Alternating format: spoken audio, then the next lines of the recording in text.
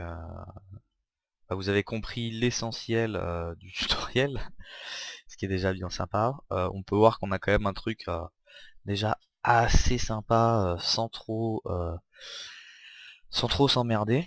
Donc après forcément ça va ramer comme un truc de bâtard, mais vous augmentez la subdivision et tout de suite vous allez avoir un truc encore plus fou. Donc là vraiment ça met du temps à calculer, ça calcule comme un cube, et vous allez avoir plus de détails. Alors là ça c'est pas très bien vu, je vous assure que ça dépend de plein de choses, même de l'endroit où vous placez votre objet, de la taille de votre truc. Voilà, donc après c'est vraiment aussi à vous de venir gérer la force. On peut voir si on retire un 0, si j'augmente la taille par exemple. Donc là pardon, hein, ça va sûrement pas mal ramer. Voilà, puis je vais réessayer.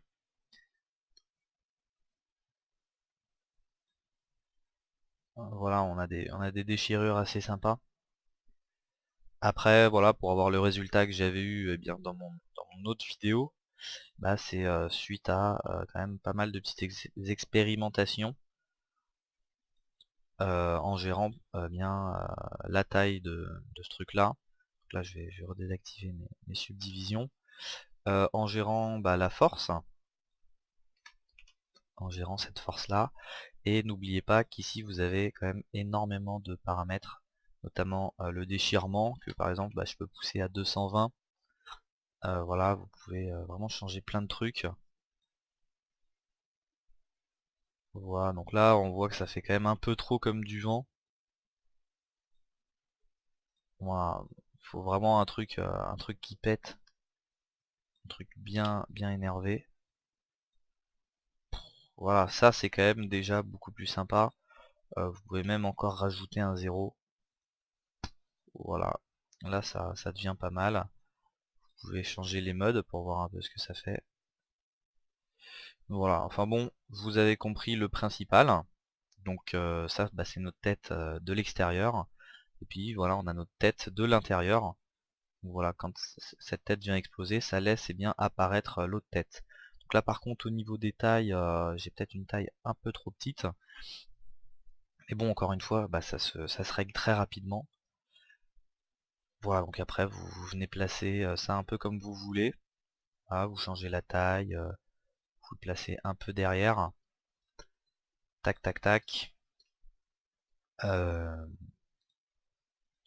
vous touchez aux paramètres qui sont ici. Donc moi je vais mettre peut-être à 140. Force, bien je vais laisser comme ça. Voilà, voilà, voilà. Et en fait on va venir faire un petit ralenti quand ça explose. Donc là je contrôle D, je clique sur CTRL D. Et dans mes dynamiques en fait j'ai un truc qui s'appelle échelle du temps. Donc là on peut le voir, l'explosion ça explose. Elle est plutôt sympa celle-ci. Et voilà. Donc après on a une force devant. Moi j'aimerais qu'il y ait un peu cet effet qu'on peut retrouver dans les films. Ça explose beaucoup au début et après c'est lent, comme on peut le voir dans ma vidéo. Donc en fait c'est en jouant avec l'échelle de temps. Donc là disons que je suis à 100. Enfin, ça explose quand même très rapidement. Donc disons qu'à 3, à 2, je vais remettre une clé à 100. Et là à 3 je vais mettre 2%, histoire de faire un gros slow motion. Donc on peut regarder ce que ça donne. Pourquoi ça n'a pas marché?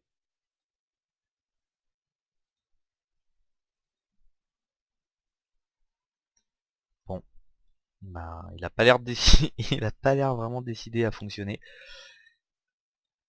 C'est un peu bizarre.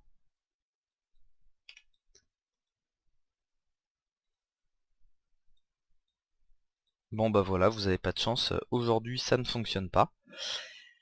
En tout cas, sachez que avec l'échelle de temps, vous pouvez normalement gérer les ralentis. À moins que je dise une bêtise, parce que ça fait quand même pas mal de jours que je travaille sur le projet. Il me semble que pour les simulations ça fonctionne. Peut-être, je dis bien peut-être, que pour les simulations de tissu, ça ne fonctionne pas. Donc bah écoutez, mea culpa si ça ne marche pas. Voilà, en tout cas sur tous mes autres projets, c'est comme ça que j'ai fait, hein, quand il y a des explosions de cubes avec des dynamiques, mais là, les closses, voilà, ça fait plus d'une semaine que j'avais fait ce projet. Je me souviens plus, peut-être que j'avais joué avec la valeur d'intensité. Je sais plus vraiment. Voilà, donc écoutez, pardonnez ce petit moment de fail de cinéma 4D. Écoutez, voilà. Donc bah vous avez quand même le gros du projet, on peut voir un peu ce que donnent mes matériaux. Donc bah on se rapproche quand même pas mal de mon plan. Voilà, je pense qu'on va pas travailler plus les matériaux. Je pense que j'avais fait un truc comme ça, peut-être un peu plus noir. Tac, réflexion, j'avais ajouté la CGX. Et franchement, je crois que j'avais même pas touché aux paramètres. Voilà, un truc genre 6%. Vous ajoutez un petit Fresnel. Voilà, dialectique. Je touche même pas. Et là, ça donne un truc un peu plus cuir. Voilà, ça c'est sympa. Et là, vous donnez une petite teinte un peu beige pour donner une couleur un peu plus de crâne. Ouais, c'est quand même trop. Voilà, faut vraiment que ce soit très subtil. Puis après, rien ne vous empêche d'ajouter un bruit.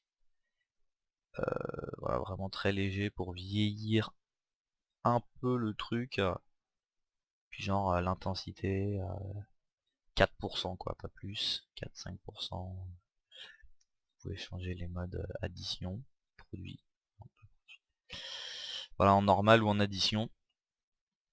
Puis après c'est à vous de gérer jusqu'à temps d'avoir un petit résultat sympa. Donc là après mon explosion, bah tac, si vous aimez pas trop, vous changez la place. Voilà, ça va être plus un truc au milieu du crâne. Voilà, bim, voilà un truc. Puis après vous regardez au niveau du rendu jusqu'à avoir un truc sympatoche.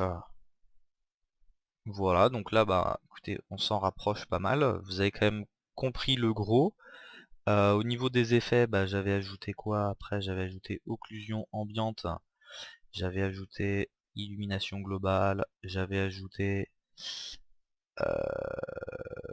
j'ai rien d'autre ajouté. Ensuite j'étais venu multipass, et là dans mes multipass, alors ombre, occlusion ambiante, illumination globale, la profondeur. Et donc là bah je vais pas refaire mon rendu, on va aller dans After Effects. Comme ça je vais vous montrer un peu le compositing des différentes passes. Comme ça vous allez un peu comprendre comment j'ai pu faire pour la vidéo sur laquelle je suis en train, enfin sur laquelle on est en train. En l'occurrence c'est une scène que j'ai fait de mon côté. Il y a Sylvain qui fait d'autres trucs de son côté. Donc je purge un peu la mémoire. Tac. Et je vais venir importer mes différentes passes. Donc là franchement je me suis pas fait chier. Rendu. Voilà, vous voyez il y a vraiment beaucoup de projets et ça c'est tous ceux de mon côté. Donc après, voilà, je me suis un peu perdu pour certains détails, par exemple le ralenti. Je vous avoue que, bah écoutez, je mettrai sûrement dans les commentaires comment j'avais fait.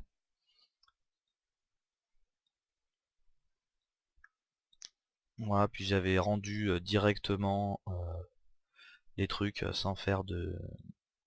J'avais rendu une beauty, donc en fait l'image avec déjà l'occlusion ambiante et tout ça intégré. Je me suis pas vraiment fait chier à contrôler mes multipass comme il le faut, mais voilà, donc pareil, j'avais rendu une passe de, de flou pour le flou de mouvement, voilà, de vecteur, motion vector. Là, j'ai le nom en anglais pas en français. Voilà, enfin comme j'avais balancé, ouais, 26 rendus, et qu'il y a quand même énormément d'effets de post-production. J'ai ajouté du Twitch, vraiment beaucoup de trucs par dessus. j'ai pas perdu trop de temps faire le truc. Donc là voilà, j'ai mon animation. Voilà, j'ai mon occlusion ambiante qu'on vient ajouter par-dessus, que je mets en mode produit. Voilà, donc vous voyez ça, ça ajoute les ombres dans les yeux, quoi. C'est de l'occlusion ambiante. Vous pouvez mettre un petit flou accéléré dessus pour les rendre plus lisses. Tac, disons 2%, on recopie les pixels du contour. Puis là on vient contrôler un peu l'impact. Mais voilà, avec et sans, déjà ça donne un look un peu plus profond, notamment au niveau des dents et de la mâchoire. Tout ce qui va être coin, c'est quand même plus sympa de recomposer la même passe par-dessus pour voilà, renforcer le truc. Là vous avez votre face de profondeur. Voilà. Et vous avez vos ombres. Donc encore une fois, hein, pareil, je me suis pas fait chier. Tac. Puis là après vous venez régler. C'est vraiment. C'est pas histoire de faire du compositing avancé, hein, c'est vraiment juste histoire de renforcer un tout petit peu ce qui est déjà fait. Et donc là, pour la profondeur de champ, j'utilise un plugin qui s'appelle FL Depth of Field.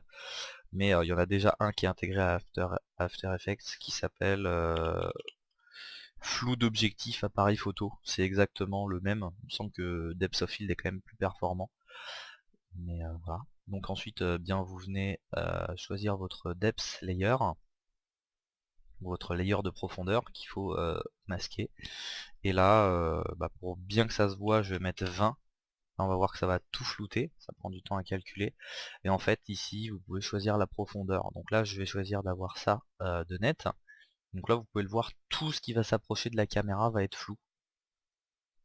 Voilà, on voit la différence, c'est quand même assez sympa. Et après, on peut faire bien de l'animation de la profondeur. Voilà. Alors, voilà, focal point. Donc là, je mets un U. Et à la fin, voilà, j'aimerais que ce soit mon crâne qui soit flou et que cette particule devienne nette. Donc encore une fois, je viens sélectionner mon truc. Tac. Et c'est sympa parce que l'animation va se faire progressivement. Donc là, on va se taper un peu de calcul. Voilà, mais c'est vraiment ce qui va donner l'impression 3D à votre animation. C'est ça qui va rendre le truc super cool. Donc là, on va voir. Bah ouais, comme dans les salles de cinéma, on a vraiment l'impression que le truc se détache. Voilà. Ah, donc c'est sympa, on a ça qui est flou. Et là, la tête qui devient de plus en plus floue. Et ça, cette petite particule super sympa qui vole, qui devient nette. Donc on a vraiment l'impression que ça vient dans l'écran, quoi. Voilà. Donc écoutez, j'espère que ce tuto vous aura servi, vous avez appris plein de trucs et que vous allez vous amuser bien avec toutes les options que je vous ai montrées. Merci d'avoir regardé ce tuto, j'espère que vous avez appris plein de trucs. Donc je vous fais un petit écran de sélection parmi les tutos les plus pertinents qui sont bien cool et qui sont sur la chaîne. Voilà, donc il y en a pas mal. Il y en a certains qui n'ont pas été vus beaucoup de fois, donc je pense que vous avez quelques petits trucs à apprendre. Voilà, si vous êtes en quête bien de nouvelles choses, vous pouvez cliquer sur l'une des icônes. Vous pouvez aussi nous suivre bien soit sur Twitter ou Instagram pour voir nos travaux. Vous pouvez vous abonner à la chaîne YouTube si c'est pas déjà fait pour avoir bien nos futurs tutos, et vous pouvez aussi bien nous payer un café symbolique. Voilà, participation bien qui va servir à la construction et l'aménagement de notre futur site internet. Voilà, puis comme toujours bien on essaye de respecter nos engagements d'au moins 2 tutos par semaine. Voilà, malgré le travail, voilà, on est toujours là au rendez-vous et ça nous fait plaisir que vous soyez de plus en plus. Allez, ciao!